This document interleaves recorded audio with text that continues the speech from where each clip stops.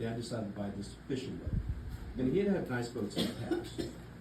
We'd had nice boats when we lived up here, but we were all gone, so we didn't have nice boats. But he wanted to have a fishing boat.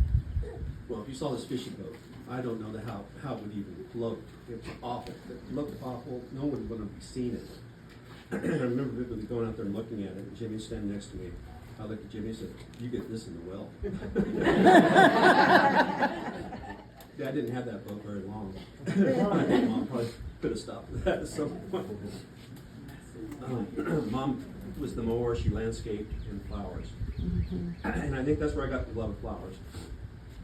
I love flowers and yard work, and she did too. And we have for years and years and years. And one of my fondest memories with her is we would go to nurseries and flower shops, and every spring and summer we would buy tons of stuff. And she would enable me, and I would enable her, and we'd haul it home. In the first several years, I would landscape her yard and I'd plant it.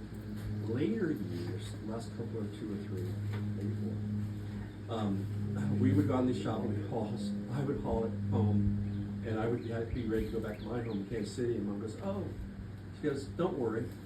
Darlene's coming next week. She'll plant this for me." Or she said, "Don't worry, Jacob will come over. He'll plant this for me." And I said, "That's fine. I'd love going out and shopping for these flowers," and I'd leave them there. And sure enough, my sister or my brother would have to plant those flowers for her. But it made her happy, made me happy, and it's payback for all those times I did.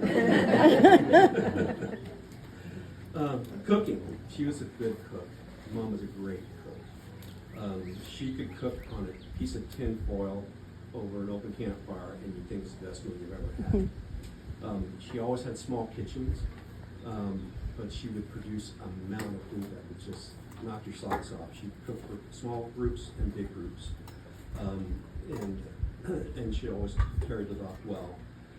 She loved doing the appreciation dinner out here for y'all. A number of you folks were part of those appreciation dinners that she loved to do.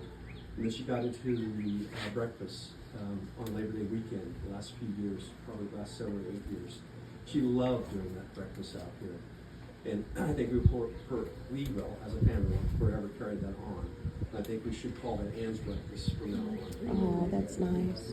We'll have that breakfast for everyone out here. She loved her cookbooks.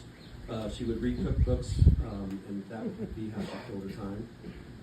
Jimmy and I insist you were the lucky recipients of an annual Taste of Home cookbook. That was one of Mom's favorites. And I think for the last 15, 20 years or so, every spring or so, we would get a book in the mail, and Mom would have ordered us the annual Taste of Home cookbook.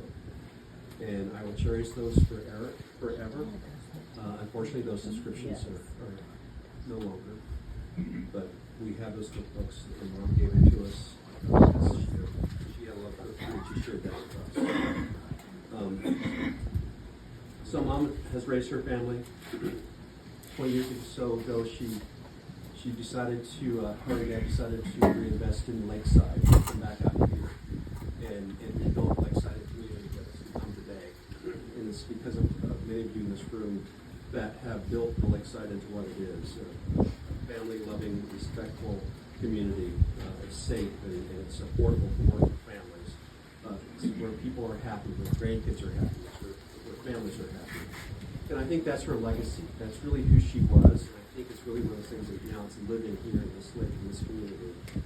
Everything that she embodied in her soul is part of this place, and you all are part of that. So by extension, you're part of our family, and that's how she would want it to be. So that's hopefully gives you a little bit insight of my mom and who she was and how she brought us up, and the love that surrounded us as a family, and the love that I hope to be surrounded you all as well.